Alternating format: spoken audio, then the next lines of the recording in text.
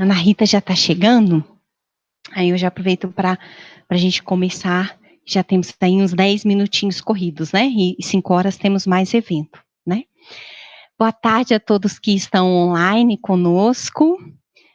Talvez tenhamos pessoas de várias cidades, né, do país, se seguir aí o que a gente já tem também nos nossos cursos em sala de aula, muitas pessoas de muitas cidades diferentes, né, e muitas pessoas também aqui do Distrito Federal, de Brasília, que nos acompanham também online, sejam bem-vindos, e bem-vindos a todos vocês que estão com a gente aqui, né, presencialmente, para falarmos um pouquinho da terapia analítico comportamental infantil, né, Aninha? Então, estamos ali felizes da vida com mais uma estudante que conclui, né, a monografia, é um presente, né, um presente para a gente ter psicólogos, estudantes que vêm de tantas instituições de ensino superior diferentes, que vêm de formações tão diferentes para se encontrarem com a gente regularmente para falarmos de terapia analítico comportamental infantil, e hoje a gente queria também continuar com essa grande temática da nossa atuação clínica como analistas do comportamento, mas trazendo uma questão muito específica, que é a participação, né, dos pais dentro desse contexto psicoterápico. Vamos falar aqui dos pais, né, já é comum a gente usar esse termo, mas a gente, claro, entende, temos nos nossos consultórios famílias com várias configurações e com cada vez mais, eu acho, é frequente a gente ter adultos que não são o pai e a mãe biológico necessariamente, mas que são cuidadores daquela criança, né, ou daquele jovem, são indivíduos adultos que têm um papel muito importante no dia a dia, né, no estabelecimento de regras, no manejo de contingências, e eles estão com a gente dentro desse processo, desse longo processo de terapia. Então, aí estamos falando dos pais, mas nos referindo a todos esses cuidadores, né? Então, Ana Rita e eu propusemos esse tema, porque estamos juntas na coordenação do curso de formação em TASSE, né? Então, já vou abreviar o Terapia Analítica Comportamental Infantil como TASSE, mas é importante a gente falar dessa marcação, porque muitas vezes as pessoas têm dúvidas, né? Mas não é cognitivo-comportamental, então só falar comportamental não é completo, né? Completo é o analítico comportamental, porque a gente está se diferenciando da cognitivo-comportamental. Não é o foco do que a gente vai falar hoje, né? Mas acho que é uma marcação importante da gente destacar aqui, tá? Então sejam bem-vindos mais uma vez, né? E aí vamos começar nosso bate-papo. Gente, boa tarde, né? Meu nome é Ana Rita, a Raquel já deve ter comentado. Então a gente vai estar aqui com vocês nessa uma horinha discutindo um pouco da participação desses pais no processo terapêutico. A gente estava, né, muito em dúvida do que a gente apresentaria hoje, e aí, como Raquel disse, a gente pensou nas dificuldades que a gente está tendo, né, no acompanhamento de muitas crianças, quando a gente não tem a participação dos pais. Em outras situações, o que acontece quando a gente tem essa participação dos pais nesse processo terapêutico, né? Bom, então a gente vai fazer uma introduçãozinha aí da questão da participação dos pais, para a gente poder entrar mais especificamente nos casos. Gente, então, vocês veem que eu estou tão à vontade, que eu estou aqui na frente do slide, né? Ninguém vai ver. Você faz aqui.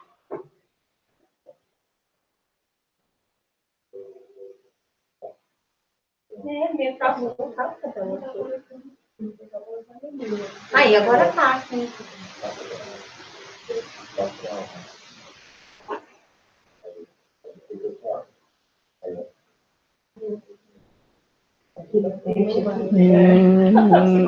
Você está treinado, já aconteceu isso comigo já na aula.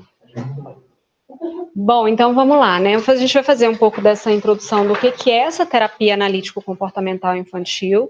Depois a gente vai entrar um pouquinho na participação dos pais e, por fim, eu vou apresentar um caso clínico e Raquel vai apresentar outro, e a gente vai terminar discutindo um pouquinho dos desafios que a gente tem nessa participação dos pais, mas, ao mesmo tempo, a necessidade que a gente tem que eles participem do processo terapêutico da criança. Bom, então a TASSE, ela é baseada na filosofia do behaviorismo radical e na ciência da análise do comportamento. Que é essa chamada que a Raquel deu, que a gente não é terapia cognitivo-comportamental, né? A terapia cognitivo-comportamental, ela é baseada em outra filosofia, que é o neobehaviorismo, então ela se diferencia filosoficamente da análise do comportamento. Bom, a gente tem algumas particularidades na TASSE. Uma delas é a análise de práticas educativas. A gente precisa fazer isso o tempo inteiro quando a gente está fazendo análise de contingência, análises funcionais. Então, qual é a prática educativa presente dentro daquela família? O que a mãe faz quando essa criança se comporta de forma inadequada? O que o pai faz quando essa criança se comporta de forma adequada? Então, eu preciso considerar sempre essas práticas educativas na nossa análise funcional. Levantamento de possíveis dificuldades pessoais dos cuidadores. Quantas vezes a gente se depara com pais que têm dificuldade de estabelecimento de vínculo com essas crianças, né? Que não consegue dar afeto para o filho. Ou tem dificuldade de estabelecer limite. Ou tem dificuldade de dar autonomia para essa criança, que é o que a gente costuma, né, chamar dos pais superprotetores. Então, eu preciso olhar para essas dificuldades, porque se eu for intervir só com a criança, muitas vezes não é suficiente. Na grande maioria das vezes, a intervenção só com a criança não é suficiente. Construção de novos repertórios como meta terapêutica. Muitas vezes os pais chegam na terapia dizendo: eu quero que meu filho deixe de ser agressivo. Quero que meu filho deixe de ser desobediente, teimoso. A gente não vai trabalhar com eliminação de comportamentos. A gente vai trabalhar com construção de novos repertórios. Então, tá, o que você quer que ele faça ao invés de ser agressivo? O que você quer que ele faça ao invés de ser teimoso? Ou que tipo de habilidade ele não tem que tem favorecido essa agressividade ou essa teimosia? Uso de múltiplos métodos, fontes e participantes. Então, a gente faz entrevista com os pais, a gente faz entrevista com a criança, a gente observa essa criança dentro do consultório e fora do consultório. Então, a TASSE permite e, inclusive, né, solicita que nós façamos muitas dessas observações fora do contexto terapêutico. O quanto é importante eu observar essa criança na casa dela, na escola, conversar com outros profissionais que lidam com essa criança. Então, quando a gente fala, né, de múltiplos participantes, eu posso ter a família, eu posso ter um professor, eu posso ter outros profissionais. E a utilização de recursos lúdicos. Dificilmente a gente vai conseguir fazer uma terapia infantil pedindo para a criança, então sente, me conte como foi a sua semana. A criança vai te olhar e vai dizer, foi boa. Acabou. E aí você não consegue mais nada além disso. Então, esses recursos lúdicos, eles são utilizados justamente para a gente tentar trabalhar com essa criança e identificar quais são as dificuldades que ela tem, fazer intervenções com essa criança. Então, ela tem inúmeras funções, esses recursos lúdicos, né, de coleta de informações, de análises funcionais, de intervenção. Bom, e aí, como eu falei, a gente trabalha com esses múltiplos informantes. Eu tenho os pais ou cuidadores, né, como a Raquel disse, muitas vezes não são os pais que estão junto com a criança no processo terapêutico. Eu tenho muitas informações que vêm da criança, informações que vêm da escola, de outros profissionais, então eu posso ter, né, informações que vêm do médico, do nutricionista, do fono, que trabalham junto com essa criança, e o que a gente chama de família extensa, que é o avô, a avó, os tios, né, que também podem nos dar informação sobre essa criança. Volta só um pouquinho, Raquel. Na terapia infantil, a gente tem um diferencial da terapia de adulto. Né? Na terapia de adulto, quem é o centro dessa rede, geralmente é o médico. Na terapia infantil, é o psicólogo. Então, é o psicólogo que trabalha com todo mundo para poder pensar aí num plano terapêutico para essa criança. Então, ele que vai trabalhar com o médico, ele que vai atrás do fono, dos pais, da criança, todo mundo. Tá? Então, por isso que ele acaba centralizado ali. Hoje, a gente vai focar nesses pais. Tá? Bom, a participação dos pais ou cuidadores. Os pais possuem diversas funções no contexto terapêutico infantil. Então, uma delas é fornecer informações sobre o comportamento da criança para uma avaliação inicial. Então, eu preciso saber o que essa criança faz, qual a dificuldade que essa criança tem. Dificilmente vai ser a criança que vai me dar essas informações. Quem me dá essas informações são os pais, tá? Então, na terapia infantil, na TASSE, A gente sempre solicita que os pais venham na primeira sessão e só eles. A criança não participa, a criança não ouve o que o pai diz sobre ela. Essa é uma grande diferença que a gente tem de outras abordagens e até de condutas dentro da nossa abordagem, né? Tem alguns textos que propõem da gente chegar e falar para a criança, ó, seu pai me procurou por causa disso, disso e disso. A gente evita. Então, o pai traz informações sobre a criança e depois a gente também vai obter informações dessa criança, diretamente com ela, sem fazer essa troca por questões éticas, tá? Mas lembrem-se que a pessoa que vai nos fornecer, né, a grande maioria das informações acerca do comportamento da criança são os pais. Modificar interações estabelecidas com a criança com o objetivo de alterar o ambiente em que a criança está inserida. A gente costuma dizer que os pais são nossos coterapeutas. Inclusive, antes da gente ter a TASSE, né, a gente tinha a modificação do comportamento. A modificação do comportamento, a intervenção era só com os pais. Então, o terapeuta ouvia as queixas dos pais, propunha algumas intervenções e os pais implementavam. O terapeuta nunca tinha contato com a criança. A TASSE, na TASSE isso se modificou, a gente tem contato com a criança. Mas a gente ainda depende muito dos pais para a implementação dessas mudanças que a gente acha que são necessárias, né, de serem feitas no ambiente da criança. A pessoa que está lá mais importante nesse ambiente são os pais. Tá? E lembrando que quando a gente está falando de ambiente, na análise do comportamento, eu estou falando de um ambiente físico, social e orgânico. Então, o social, a figura mais importante são os pais. Tá? Então, são eles que precisam que mudem também o seu próprio comportamento para que o comportamento da criança seja modificado. Bom, e aí dentro dessa função de modificar o comportamento, o seu próprio comportamento, eu preciso pensar nessas 3 funções de estímulos que os pais podem ter na interação com a criança. Então, vamos pensar numa análise de contingência. Eu tenho antecedente, comportamento e consequência, quando eu estou falando do comportamento operante, e tenho o estímulo incondicionado ou condicionado com a resposta condicionada ou incondicionada, né, que é no condicionamento respondente. Quando eu estou falando no operante, que eu tenho antecedente, comportamento e consequência, se eu estou analisando o comportamento da criança, eu preciso olhar qual é o evento antecedente e qual é o consequente.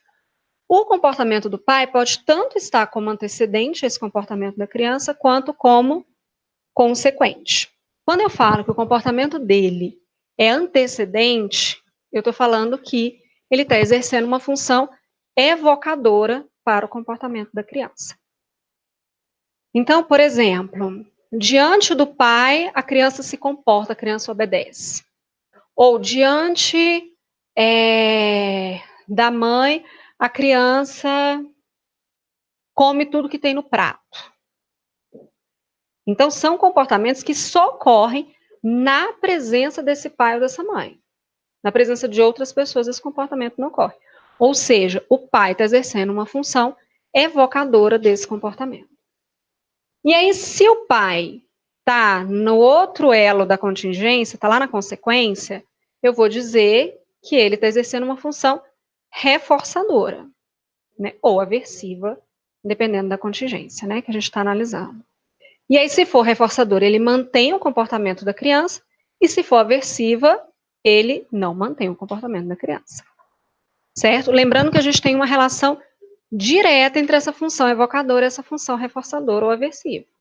A criança come tudo que tem no prato porque a presença do pai sinaliza uma determinada consequência, que pode ser a criança está mantendo o comportamento dela por esquiva. Se eu não como, eu apanho, eu sou criticado, eu levo bronca, então eu como tudo. Né? Eu posso obedecer o pai diante dele, porque quando eu obedeço eu sou elogiada, né? Eu tenho a atenção dele, tá? Então tem uma relação direta entre essas duas funções. Bom, quando a gente está falando em função eliciadora, agora eu estou falando na relação do condicionamento respondente. É aquela situação em que o pai aparece, a criança começa a se tremer, porque talvez foi exposta a muitos condicionamentos aversivos na relação com esse pai. Né? Vamos pensar aqui, pais alcoolistas, né, que chega e agride a criança. Então, na hora que a criança entra em contato com o pai alcoolizado, ela já se treme todinha, ela já tem uma resposta respondente diante desse estímulo condicionado. Tá certo? Ficou claro? Por isso que é tão importante a gente estar analisando aí a função do comportamento do pai nessas relações. E outra função que o pai tem dentro do contexto terapêutico é fornecer feedback sobre as intervenções propostas pelo terapeuta. Porque, imagina, eu encontro com o pai, proponho uma série de intervenções, ele implementa ou não implementa, que pode ter a situação dele não implementar, e aí ele precisa me relatar para que eu possa entender qual a dificuldade que esse pai está tendo na implementação dessa intervenção, para eu poder analisar com ele por que essa intervenção tem funcionado ou não. Que ou pode não estar funcionando porque eu fiz uma análise funcional inadequada, pode não estar funcionando porque os pais não têm repertório comportamental para implementar aquela intervenção, ou pode ter tido alguma mudança no ambiente que não favorece mais aquela intervenção, tá? Então, quem nos dá esse retorno, principalmente, é o pai.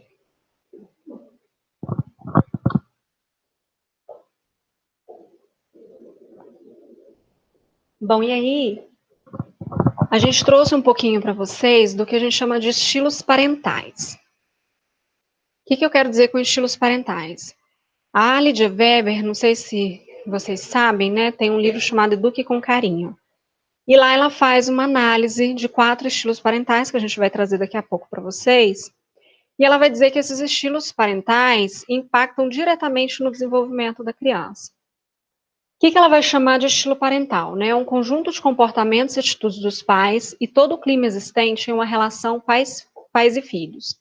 Inclusive a expressão corporal, o tom de voz, o bom ou mau humor e as práticas parentais usadas mais frequentes.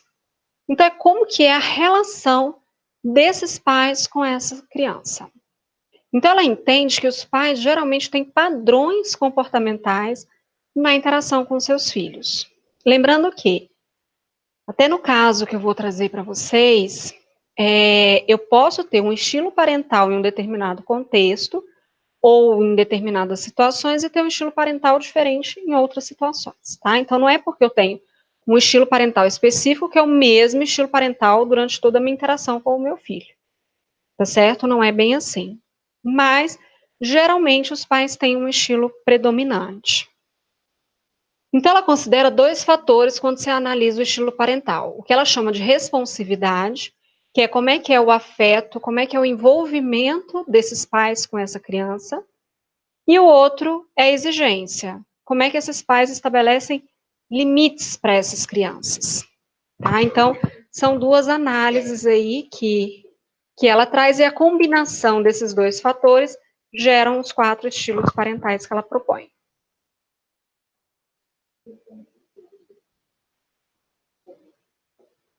Tá? Aqui, ó. Isso. Então, vamos lá. A gente tem 4 estilos parentais. O estilo parental autoritário, o permissivo, o negligente e o participativo.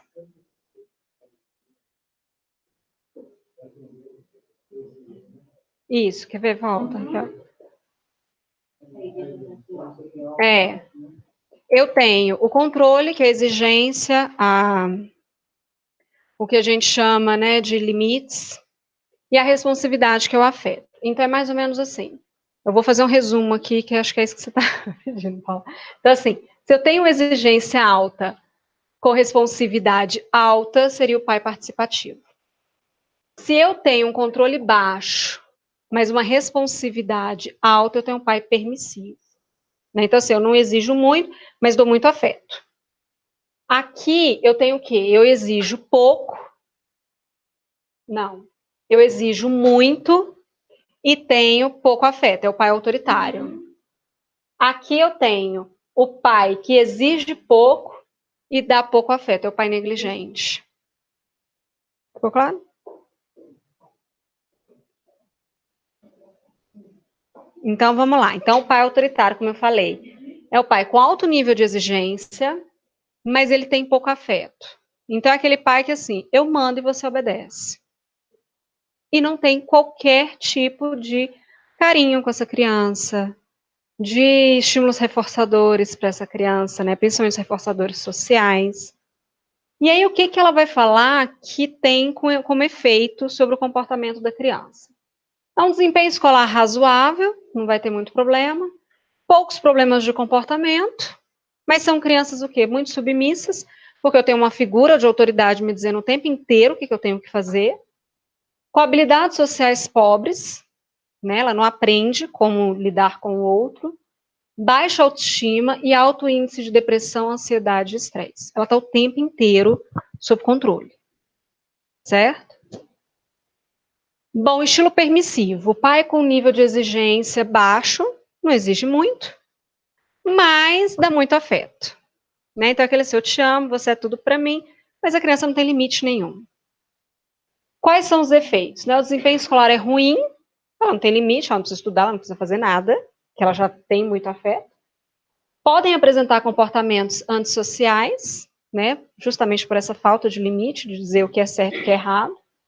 Apego a coisas materiais, então tudo envolve uma troca, né? Você me ama só se você me der algo em troca.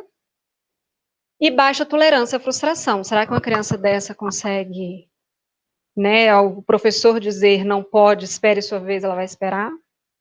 Provavelmente não. Bom, negligente. Pais com baixo nível de exigência, né, não tem um limite, e também não tem afeto. Aquele pai que, né, como é que o povo fala? Eu queria que nem batata, né, joga lá, que não tem um ditado assim. Não tem? Você coloca lá e deixa que dá. Que vai vingar, pronto.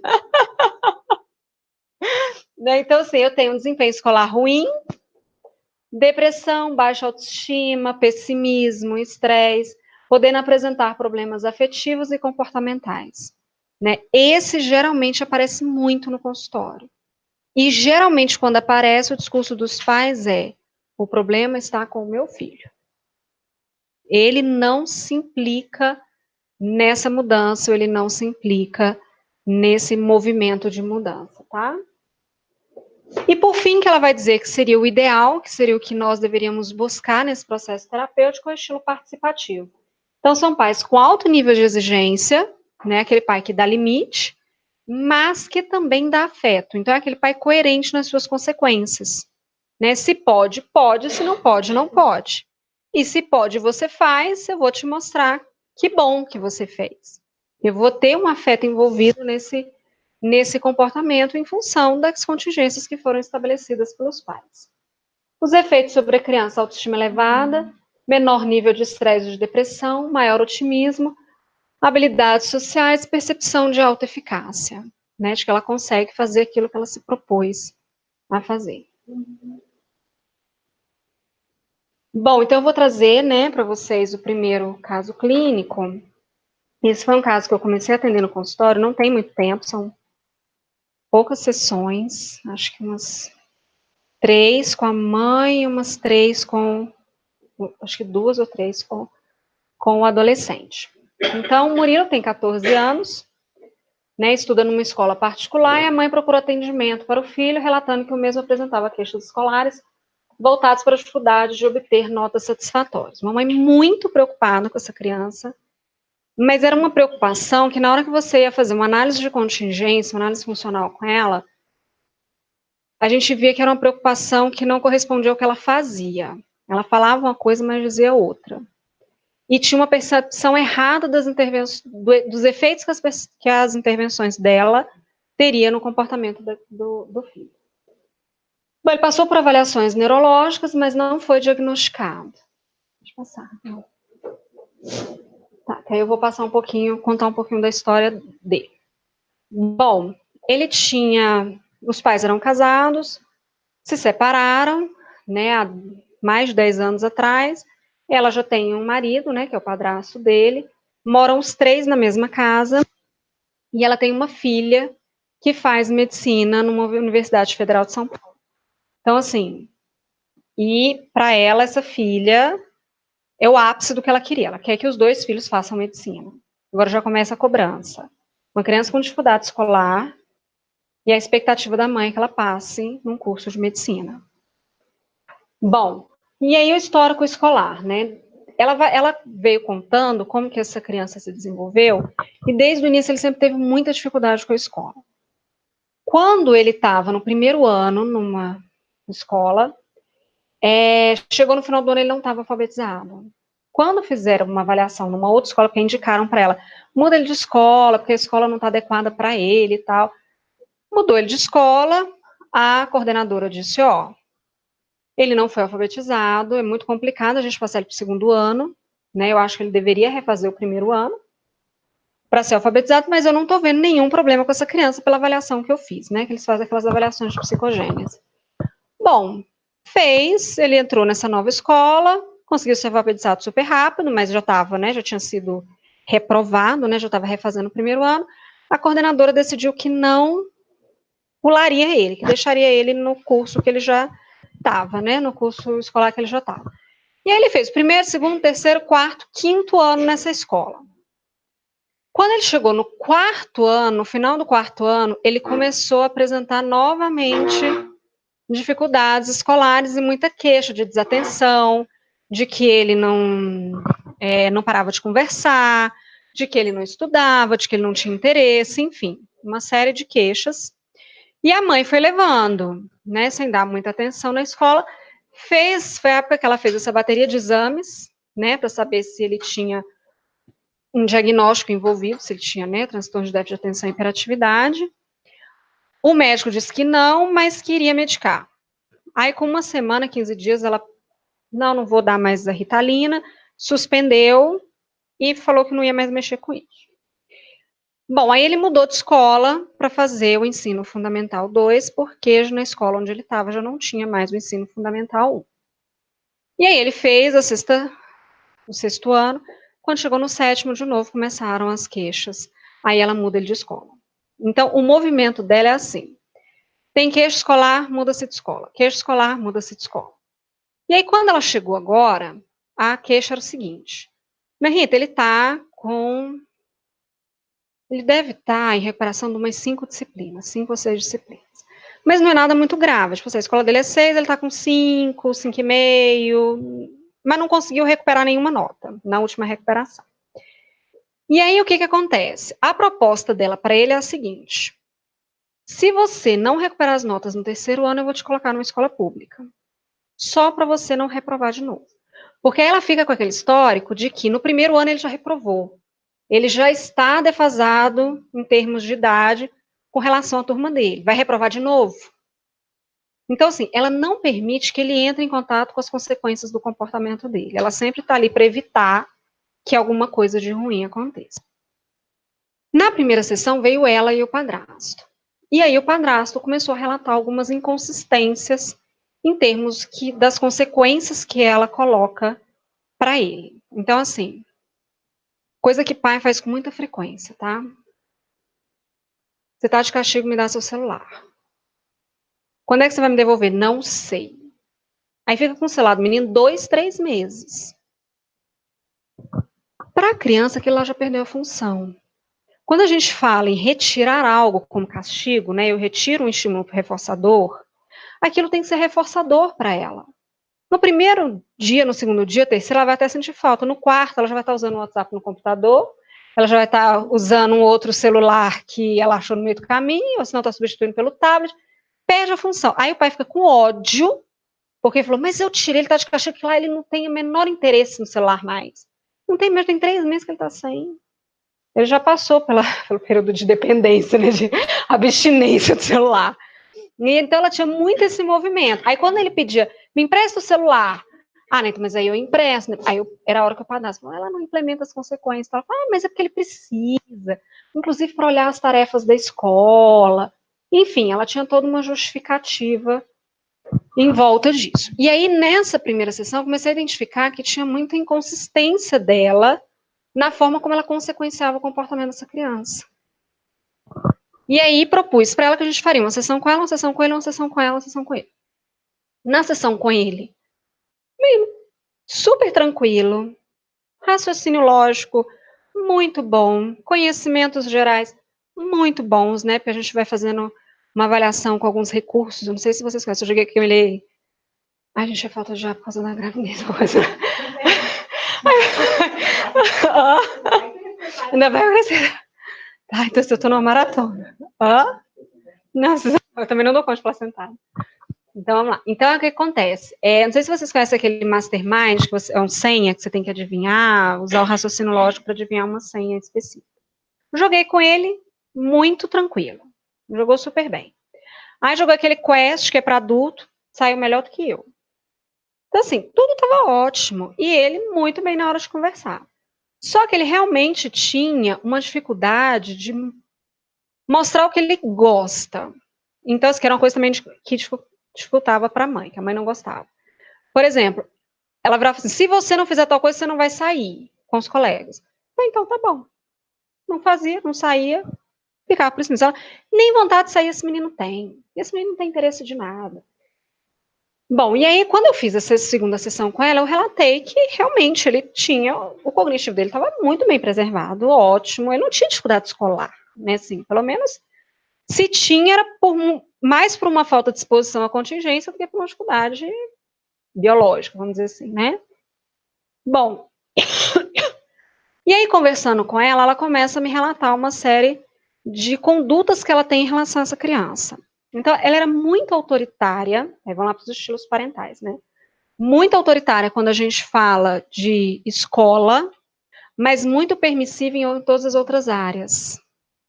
Então, assim, o que eu quero dizer com autoritária na escola? Cobrava demais, exigia demais, ela já estava assim, Rita, eu não tenho mais afeto por ele, a gente não se encosta mais, a gente não se abraça mais. Porque eu olho para ele, eu só lembro de tarefa escolar. Porque quem estudava com ele era ela, né, os dois eram professores, tanto a mãe quanto o padrasto. Então, assim, toda a parte de português, história, geografia ficava por conta dela e a parte de matemática ficava por conta do padrasto. Então, eu tenho que sentar com ele, eu tenho que chamar ele para estudar, eu tenho que ficar em cima, eu tenho que saber que dia que é a prova, eu que tenho que... Então, ela tinha um movimento muito grande, assim, de exigir demais dele, isso estava afastando os dois, mas não tinha nenhuma consequência, nem para esse comportamento, nem para os outros. Bom, aí foi a hora que a gente foi conversar um pouco sobre isso. E ela tinha um movimento também de muita crítica em relação a ele. Então ele chegava e falava assim, mãe, eu vou ser jornalista. Não vai, você não consegue escrever uma linha, como é que você vai ser jornalista? Aí eu olhei, aí nessa hora eu falei assim, então, como é que você acha que você vai, né, favorecer, facilitar comportamentos pró-estudo, se na hora que ele propõe que vai ser jornalista, você já coloca ele lá embaixo? E aí, né, fui conversando com ela, mostrando que você tem a expectativa que ele seja médico, mas você já está colocando na cabeça dele que nem jornalista, se a gente pensar nesse movimento de mãe, né, que o ápice é a medicina, o resto é o resto, né? Então, se jornalista, você está dizendo que ele não consegue. Então, fui mostrando para ela um pouco dos efeitos que o comportamento dela estava tendo.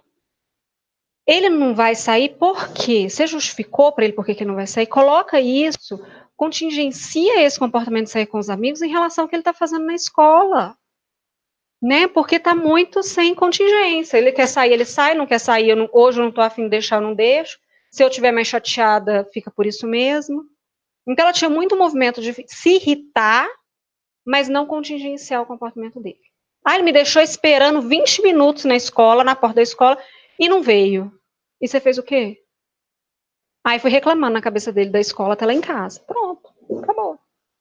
Ficou por isso mesmo, né? Como se a reclamação fosse suficiente. Bom,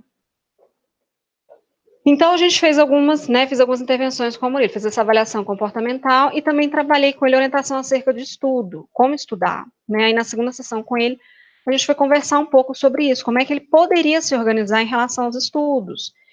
Porque a gente sabe que estudar não é só ler, tem pessoas que aprendem lendo, tem pessoas que aprendem ouvindo, né? Eu brinco muito com meus alunos, eu sou leitura. Então, às vezes, professora, eu vou ler aqui para você. Eu falei, não, me dá aqui que eu leio. Né? Para mim é muito mais fácil ler do que te ouvir. Então, a gente foi trabalhar isso com ele. Que tipo de, né, que forma que você acha que você aprende melhor? Ouvindo, lendo? E aí a gente discutiu, ele até veio com isso, vou assistir vídeos do YouTube, ótimo, vamos tentar, então, assistir vídeos do YouTube com relação ao conteúdo? E com a mãe, a gente vai fazendo essa orientação em relação ao comportamento dela. E aí, na última sessão, né, na terceira sessão com ela, ela já veio muito feliz. Dona Ana Rita, então, mudou completamente. A gente fica um pouco receoso quando vem essas discussões, mudou completamente, eu fico meio com o pé atrás. Mas algumas mudanças importantes ela fez. A primeira delas foi contingenciar alguns comportamentos dele. Então, o que ela fez? Ele só pode sair na sexta-feira se ela olhar no aplicativo da escola e não tiver nenhuma reclamação dele. Ou eu que não fez tarefa, ou que conversou e tal. Então, quando ele chega para ela, assim, mas posso sair hoje? Deixa eu dar uma olhada aqui no aplicativo. Aí ela fala, não sou eu que vou lhe dar essa resposta. Vai ser você a partir do comportamento que você teve a semana toda. Então, ele já sabe agora que não é simplesmente eu posso sair, eu vou sair. Se eu tiver feito o combinado, ela deixa, se não, não deixa, né? E a outra mudança importante também que ela fez foi mostrar para ele a importância desse estudo para ela, de elogiar, porque ela não elogiava. Ela não tinha noção de quem era esse adolescente. Então ele começou, por exemplo, a discutir política com ela, coisa que ela nunca sonhou que ele era capaz. Então aí ela ouviu e começou a dizer, que bom, é isso mesmo, estou muito feliz com você. Então foi uma mãe que entrou realmente nesse processo terapêutico, né, que é o que a gente vai discutir, nessa participação, e isso tem surtido um efeito muito grande sobre o comportamento do adolescente. E esse caso seu, Aninha, eu tô aqui pensando que eu acho que os nossos casos representam bem aquelas funções, né, que você estava falando antes, porque é muito comum a gente ter essa queixa acadêmica, né, gente, é muito comum, eu diria assim que 95% dos nossos casos clínicos, né, mesmo nas clínicas escolas, no consultório particular, envolve alguma queixa escolar, né, e falar queixa escolar é muito amplo, porque pode envolver tanta coisa, né, e é um tipo de queixa que exige essa participação com os pais. Pense que eles vêm de uma aprendizagem, né, em que quando a gente vai ao médico, quando a gente vai muitas vezes à escola, a nossa participação como pais é pontual ali, né, vou no médico, fala um monte de coisa, aí você vem avaliar o paciente não sou eu, o paciente é meu filho, e eles vêm às vezes com essa demanda também para nós, eu venho para uma entrevista, né, o nome entrevista já até sugere que a sua participação é pontual, você vai para uma entrevista, depois vai a criança, né? Porque o problema é ela que tem que mudar. E a gente desconstruir isso é uma meta terapêutica, sabe? Aquela, falando nos ditados, não é o que você quer, mas não é o que você precisa. Você quer que, mas não é o que você está precisando, né? E como a gente trazer isso para os pais? Porque muitas vezes é um balde de água fria neles, né? Eles se sentem muitas vezes como que fizeram algo errado, como que fracassaram, né? Despreparados para mudar, vem algo completamente fora da expectativa deles para terapia. Se dias eu ouvia de uma mãe. Falei, você não quer que eu te faça uma indicação de uma terapeuta infantil? Ela dizia, então, mas eu marquei o neurologista primeiro, porque eu não tenho que ir no neurologista primeiro para ele me dizer que eu vou para terapia infantil, né? Eu falei, ainda bem que não. Né, gente, que ainda não tá assim, né, espero que não fique assim, a gente depender de uma prescrição médica para ir para terapia, né, eu falei, não, de jeito nenhum, nada a ver, muito pelo contrário, dependendo do que você ouve no consultório médico, né, gente, eu acho que até acabam suas esperanças de terapia. Fala, tá vendo? Não é terapia que vai resolver esse menino, ele tem problema mesmo, ele tem aquele diagnóstico, como se a gente carregasse o diagnóstico impregnado na gente, até a forma da gente falar em português é traiçoeira, né? Ele tem depressão, ele tem ansiedade, ele tem TDAH, como se fosse uma característica, né? Uma posse sua. E não é, né? A gente entende esses diagnósticos como descrições desses padrões comportamentais. Então, a gente quis falar dessa questão da queixa acadêmica, porque é muito comum os pais esperarem que apenas a criança, que é o estudante, cujo desempenho está insatisfatório, tem que participar, e não é o que acontece, a gente precisa dessa participação dos pais no processo quando a gente fala de queixa acadêmica. E o outro caso que a gente também queria trazer para vocês, é um caso que uma estudante minha na Católica atendeu, e é um caso que mostra como os pais têm essa função também de serem um modelo, né? O quanto eles ensinam para a criança. Então, um caso que ficou muito evidente para nós, que O pai tinha que ser nosso cliente mais do que a criança, porque ela estava reproduzindo algo que ele ensinava para ela sem querer. Né? É importante eles entenderem isso muitas vezes. Quando a gente fala dessa palavra aprendizagem, muitas vezes soa para os nossos clientes que você programou aquela aprendizagem, né? Que você quis que ela acontecesse, e ninguém quer que um filho tenha comportamentos depressivos, tenha comportamentos hiperativos, tenha comportamentos agressivos, não seja bem-sucedido na escola. Com certeza os pais não querem isso.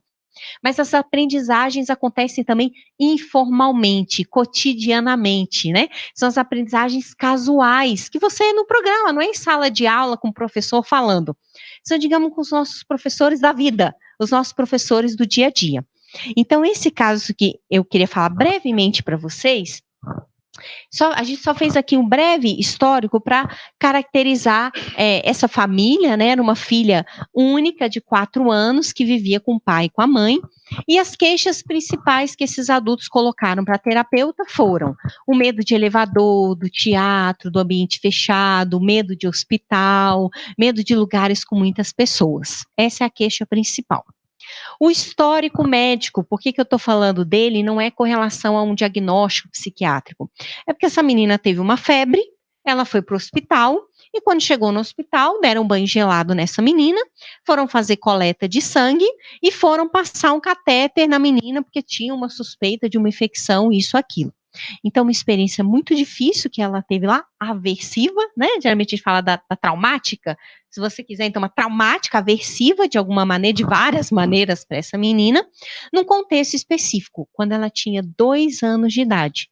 Então, ela está chegando para a terapia agora pela primeira vez, a primeira vez que ela vai para a terapia, com 4 anos, né? Então, já se passou algum tempo.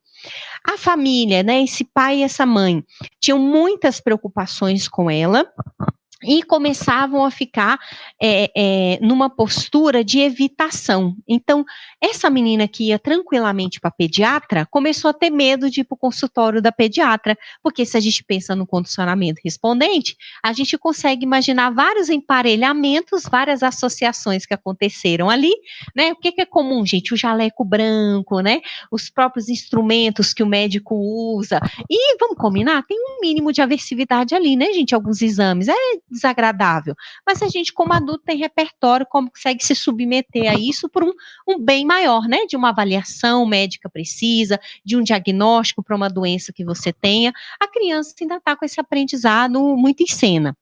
Então essa menininha tranquilamente para a consulta da pediatra, e agora essa menina começa a ter medo. O que os pais dizem?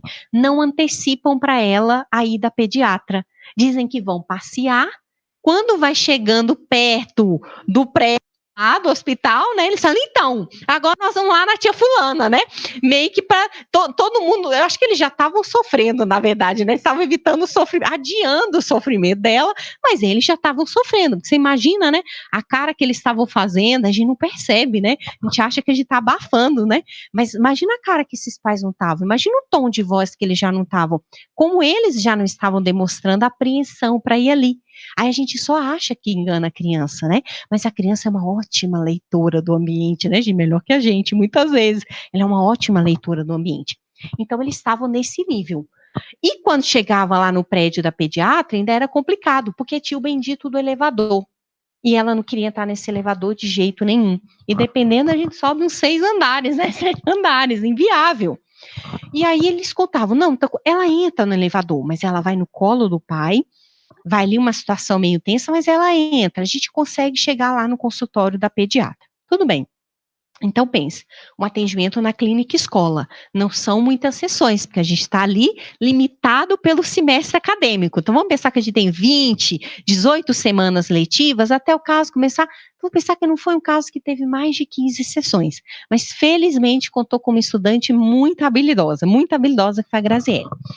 Então, ela fez várias análises de contingência com esses pais, foi coletando muitas informações deles, a maioria das sessões dela foi com os pais, não foi com a criança, então isso já sai, né, do esperado, eu acho que eles esperam que a gente tenha muitas sessões com a criança, a maioria das sessões foi com o pai e com a mãe. E o que a gente percebia? Que o pai e a mãe também estavam muito desconfortáveis com essa situação. e ela ia fazendo várias reflexões com eles para eles se observarem, né? Para eles não tratarem aquela situação de uma maneira ali muito exagerada, né? Com maior naturalidade. E o que eu quero contar para vocês que é o ponto-chave desse caso? A terapeuta planeja fazer uma dessensibilização com a criança usando o elevador lá da nossa universidade. Eu vou lá até o elevador e eu quero ver como é que essa criança vai se comportar no elevador. Então, tem autorização dos psicólogos da clínica escola, tem autorização dos pais, o dia, a hora que ela vai atender, era próximo ali à clínica, e elas vão para o elevador. Quando a terapeuta propõe uma sessão, tá, gente? Só em uma sessão. Quando a terapeuta propõe, vamos entrar no elevador? Aí ela diz, não quero e tal, pra gente ir tal andar? Não, não quero. Lá só são 3 andares. Ela, então vamos de escada? Vamos de escada. E passeando no jardim, elas pegaram a florzinha, né? E andando com a florzinha. Subiram de escada, desceram de escada, já não aguentavam mais. Aí a terapeuta falou para ela, vem cá, próxima vez, será que não dá pra gente ir de elevador? A gente bota a florzinha, a gente manda a florzinha nesse elevador, vamos ver onde ela vai parar? E brincaram da florzinha subir de elevador, ela topou, a florzinha subiu, elas foram lá pegar a florzinha de novo. Aí a terapeuta disse, por favor, será que não tem como a próxima vez ir de elevador? Ela topa. Entra no elevador com a terapeuta, passeia de elevador. Nessa história, Vitória. Ah, que bom, entrou no elevador. A terapeuta, conta pro pai, conta pra mãe, tal e tal. E aí, a criança vem para a segunda sessão. E aí? Eu entrei no elevador da natação, que era o outro pepino. Não era nem da pediatra, que era eventualmente a consulta, mas o elevador da natação. Era um drama. E eles tinham que subir para a aula de natação também a pé, os pais não aguentavam mais. Tia, inclusive, eu entrei no elevador na natação. Entrou no elevador da natação? Entrei. E aí, como é que foi? Eu cheguei, tinha uma amiguinha minha, ela entrou comigo, com a mamãe dela, eu entrei sozinha. Sozinha? É. Mas quem estava com você? Meu pai. E seu pai não entrou com você? Não, meu pai não gosta de elevador, ele subiu de escada. Eu fiz como vocês, eu sorri de alegria. Eu falei, ótimo, essa é a variável crítica. Identificamos da onde veio, onde esse medo, o que alimentou esse medo, né? Então a gente falou assim, a gente ainda levou uns 5 segundos, eu acho, eu e a escola assim, o pai não entrou no elevador? Não, o pai foi de escada. Mas o pai não estava reclamando que ele queria de elevador? A gente levou uns 10 segundos para entender, né? Mas como assim? Não faz sentido. O pai subiu de escada. Quando ela disse isso, eu ainda fiquei duplamente feliz, que eu falei, tá aí, a minha hipótese continua se confirmando. Essas queixas de medos exagerados da criança, geralmente tem um componente verbal. Tem alguém alimentando verbalmente esse medo. Há 2 anos atrás, a menina tomou um banho gelado no hospital. Concordo, uma conduta questionável, já vi pediatras questionando isso, que a gente não deve fazer isso com as crianças nos hospitais, né? Mas veja, tem 2 anos que essa história tá, né, gente, ali sendo alimentada e se potencializando. Então, quando ela falou isso, eu falei, gente, esse caso tem que ser apresentado, né? Porque foi um exemplo tão óbvio de que a questão não era dela. Então, ela agora virou um modelo para o pai, para dizer, pai, vamos, pai, entra no elevador, deixa disso, né? E o pai, felizmente, também foi muito sensível, né, a essa questão toda e estava disposto a se observar e a pensar até numa terapia para ele mesmo, porque ele vinha com várias falas que demonstravam uma insegurança, os medos dele, né? Então a gente viu, olha, imagina se esse pai não tivesse disposto, se esse pai não tivesse aqui com a gente, seria tudo muito mais difícil, né? Para a gente ir concluindo, para a gente tentar fazer um resumo aí das necessidades, que está sendo a nossa defesa, né? Parece que falar da participação dos pais na terapia é muito óbvio, mas é cada vez mais importante a gente defender isso para os próprios, tá, gente? Para nós é claro que a participação deles é importante, mas às vezes para eles não é. Eles não percebem como é importante, né? Então, é uma necessidade. Depende deles, em primeiro lugar, a criança chegar na terapia. Sem eles, a criança não chega na terapia. Depende deles, muitas vezes, o controle das contingências críticas. São eles que estabelecem limites, são eles que compram, são eles que permitem que a criança faça isso ou aquilo, né? A redução do tempo total da terapia, gente, também é afetada pela participação dos pais. Quanto mais eles estiverem com a gente, mais rápida a terapia é. A gente consegue mudanças mais rapidamente. E a promoção do autoconhecimento, não só da criança, como deles também é uma meta nossa. Então, a gente falou das necessidades, né? Aí eu trouxe umas imagens aí para mostrar como as práticas culturais, como os estilos parentais, né, podem afetar o comportamento da criança. Projeto de uma fotógrafa que pede para menininhas juntar tudo que você tem no seu quarto, os seus brinquedos. Tá vendo a cor que domina, né? E o menino agora junta você. Então, a gente está falando dessas práticas educativas, gente, que também estão imersas em práticas culturais muito mais amplas, né? Então, a gente está falando da cultura brasileira, né? Falar de política hoje é algo que desfaz todas as amizades nos grupos de WhatsApp possíveis, né? Então, tá um tema delicado, mas que a gente tem que falar dele. Alimentação é um outro desafio. Eu adoro fotografia e fico encantada com esses projetos. É de um outro fotógrafo norte-americano que pedia para as crianças registrarem o que elas comiam ao longo de uma semana e depois foi fazendo essas composições aí com os principais alimentos das crianças. Essas são crianças que estão nos Estados Unidos, se não me engano, e essas são 2 crianças em Brasília. Olha que máximo. 2 crianças em Brasília. Porque isso aqui eu olhei e falei, isso daqui é certeza. Bora lá nos Estados Unidos, olha isso aqui. Star Wars, nos sucrilhos e tal, não é possível. Cachorro quente, como assim? Pizza? É? Aí quando bate olhar, fularinho, em Brasília, né? Então, quando a gente fala, por exemplo, dessas queixas alimentares, a gente tem desafios imensos. Porque não dá para o seu trabalho ser 100% eficaz só com a criança, né, gente? Os adultos precisam estar juntos.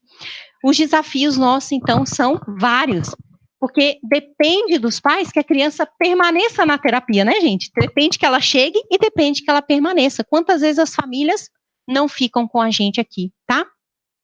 As divergências entre os cuidadores, né, como você falava da mãe, do padrasto, os estilos diferentes, né? Como a gente definir metas terapêuticas que são comuns, que atendem às expectativas dos pais e respeitam também os direitos da criança. Isso é um grande desafio para nós da terapia infantil, né? A permanência deles, o segmento de regras dos terapeutas. Então, é realmente um conjunto de clientes que precisa estar conosco. E se a gente puder, como a Ana Rita falou, um conjunto de profissionais que também nos ajude nessa caminhada da terapia, tá? Então, vou deixar aqui o nosso obrigada para vocês.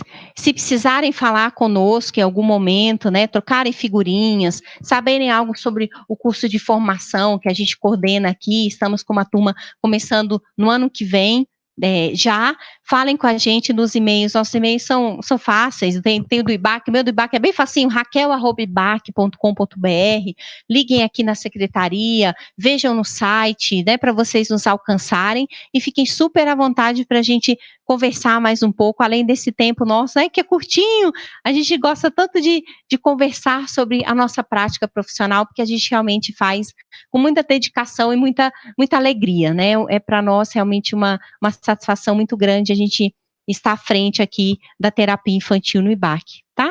Então, sintam-se acolhidos, abraçados. Não sei nem se tem tempo para fazer uma pergunta. Tem. Então, vamos chegar para o próximo. Mas a gente conversa ali, se você quiser. A gente troca e-mail, tá, gente? Inclusive, se precisarem falar conosco, alguma informação mais diretamente, podem ficar à vontade, as meninas têm nossos telefones, tá? Se precisarem também. Mas a gente conversa, só para a gente não atrasar os próximos convidados, tá bom? Mas obrigada pela atenção de vocês, participação. Obrigada.